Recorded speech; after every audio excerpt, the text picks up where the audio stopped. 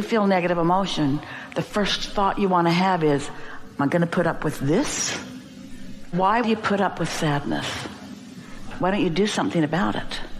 Why do you keep the pot boiling? Why do you keep the fire on under that sadness? After Jerry made his transition, Esther felt sad for a long time.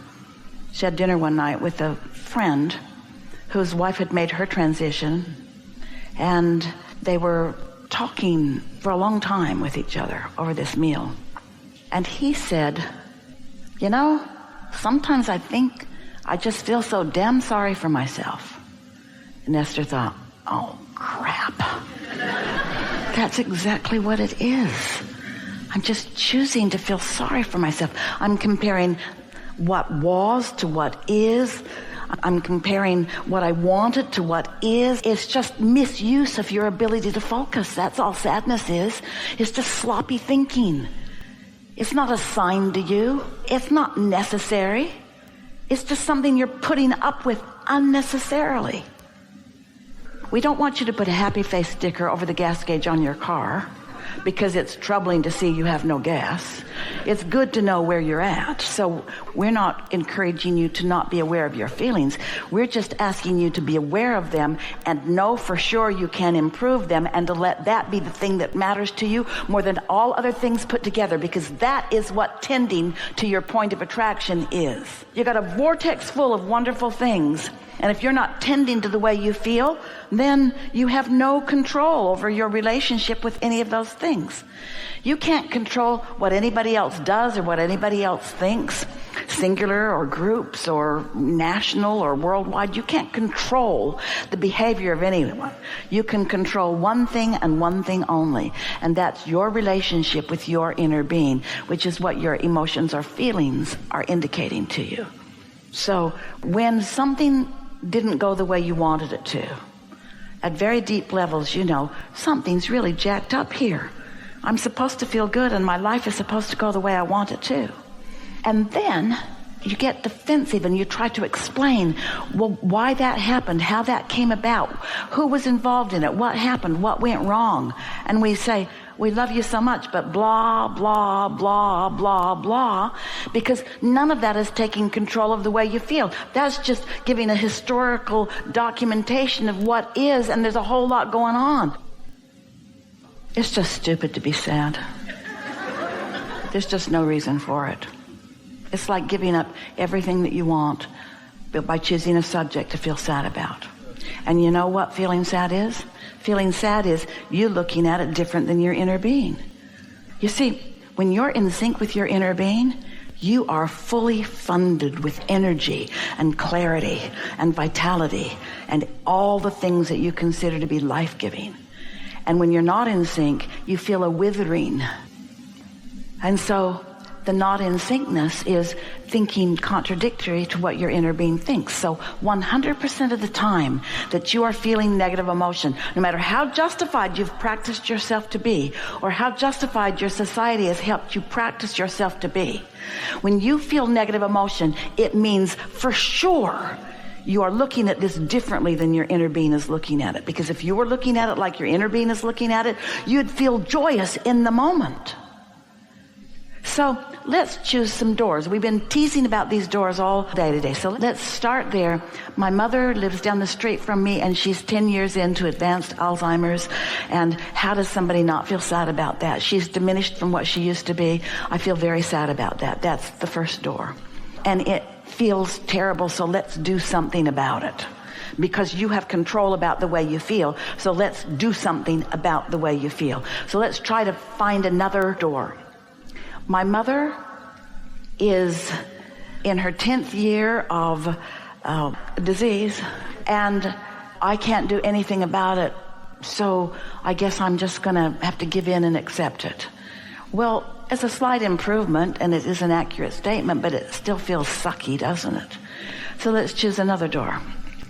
None of us intended to stay in our physical bodies forever. It's a natural thing that we reemerge back into non-physical. And some of us do it easily, and some of us do it more reluctantly. And sometimes things happen that make it easier. Sometimes you get run over by a big, fast truck. Sometimes you attract something that causes you to not care so much about things. When Burl Ives, you know, the singer, actor, he's a friend of Jerry and Esther's.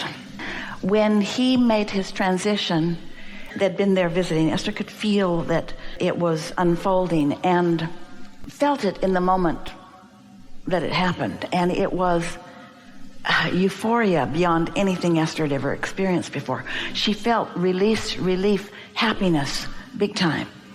So she went to her computer and tuned into us and heard him talking to her. She wrote it down. She wanted to send it to Dorothy, his wife.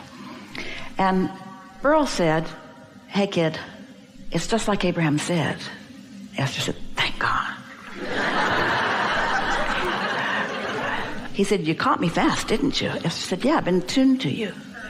The most interesting thing is that things that bothered me deeply just moments ago are not bothering me at all. In the death experience, there is a release of resistance. Some people have to find another way to release resistance before they can even allow the death experience, especially people that feel responsible, people who have been very action-oriented, who have been wrestling things to the ground and keeping things in order. It's hard for them to let go and reemerge into the fullness of who they are sometimes. And that's what those kinds of things are about. So that's another door. Did that feel better? How about this one? Something hasn't gone wrong. It's something going very right. How about this one? My mama's doing something that we're all doing, and she's doing it in her way. Path of least resistance. Good for you, Mom. I support you in every part of this. How about this? My mom had to do something sort of extreme to not worry. Maybe I don't have to do something quite so extreme to not worry. See what we're getting at? Yeah. There's no right or wrong. There's not one way of living that is the right way. There are endless ways of living. But the thing that is sure, every one of you, without exception, intended to like the living that you're doing. Through my life, I have come to know that I can't get sick enough to help sick people get well, or poor enough to help poor people be prosperous, or confused enough to help confused people become clear-minded, or sad enough to help sad people be happy. Life is showing me I get what I think about, and I'm realizing that everything I want is because I think I will feel better in the having of it. But if I keep needing something to be different before I can feel better, I'm never going to get there. I've got to feel it before I can live it. Because I have discovered if I'm not selfish enough to hold myself in alignment with that which I consider resource energy, I have nothing to give to anyone. Yeah.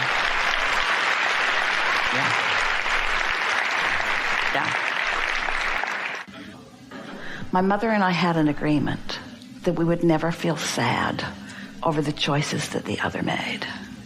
I'm just now learning to keep that agreement with my mom. It had to get to this before I remembered it.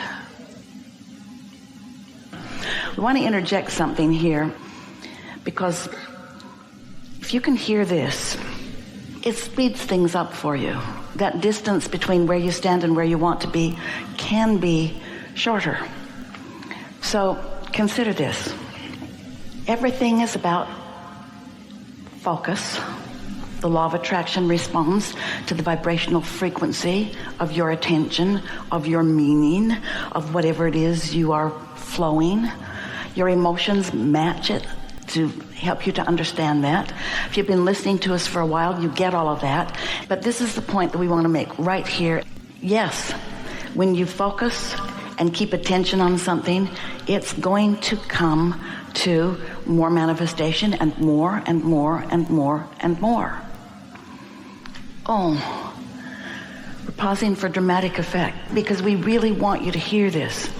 What happens with so many of you is that you've got a thought process going expectation that feels so normal because it's been going on so long and people around you do the same sort of thing, and you haven't been thinking that much about the power of your own thought. You've mostly just been an observer of stuff. So you've had the fire on and it's becoming more and more. Esther's exact thoughts were, that water had to get this hot before it could get this hot, before it could get this hot, before it could get this hot. And there was something about the realization of the incremental trending, becoming more, that hit a place in Esther's understanding that had not been touched quite that well before. So here's the thing that we really want you to hear. If you wait till you have a manifestation that is not what you want, your human tendency, we get it, we understand it, is to now need to take some form of action to compensate for this manifestation, because here it is, you're seeing it, hearing it, smelling it, tasting it, touching it, and it just does not occur to hardly any of you that it got started with vibration and you could begin to alter it with vibration, because once it's manifested, it feels like you need to dive in. And that's what holds it.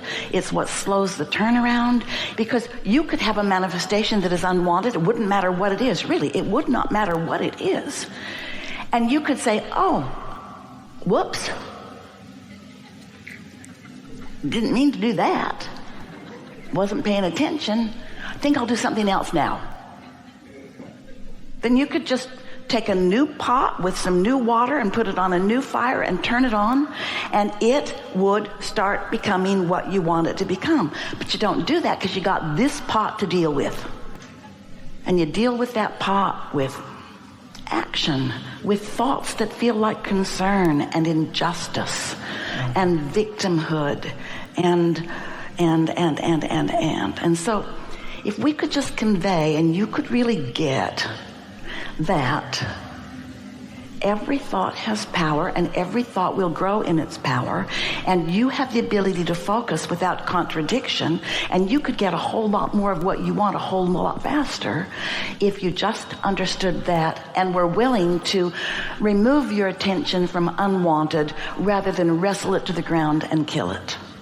Because when you dig in, when you dive in, and you know what, the thing that you most commonly do when faced with a manifestation that you don't want, or even faced with the absence of a manifestation that you do want, you explain it to death. Because there's a part of you, here's why, here's exactly why. You know, at many levels of your being, most of them not conscious to you right now, but they could be, you came with that from non-physical into this time and space, knowing that you are good and that life is supposed to be good for you. This is bubbling at deep levels of your core, your very being. So when something is off, when something isn't the way you want it to be, you're throwing these fits because you understand at some level that it's supposed to be good, and the fact that it isn't makes you defensive, makes you want to explain it, makes you want to double down, makes you want to explain why you're here rather than where you want to be. And a lot of it is because you're playing to the peanut gallery that surrounds you, because you chose this and it's a good thing, and bless your hearts, we feel your pain sometimes. No, we never do. It's just something nice to say to people. That when you are surrounded by other people who are observing, it's true, they are having observational thoughts about you. And something in you makes you feel like you need to explain to these observers around you why you're standing here in this place. But it causes you to go on and on and on and on and on.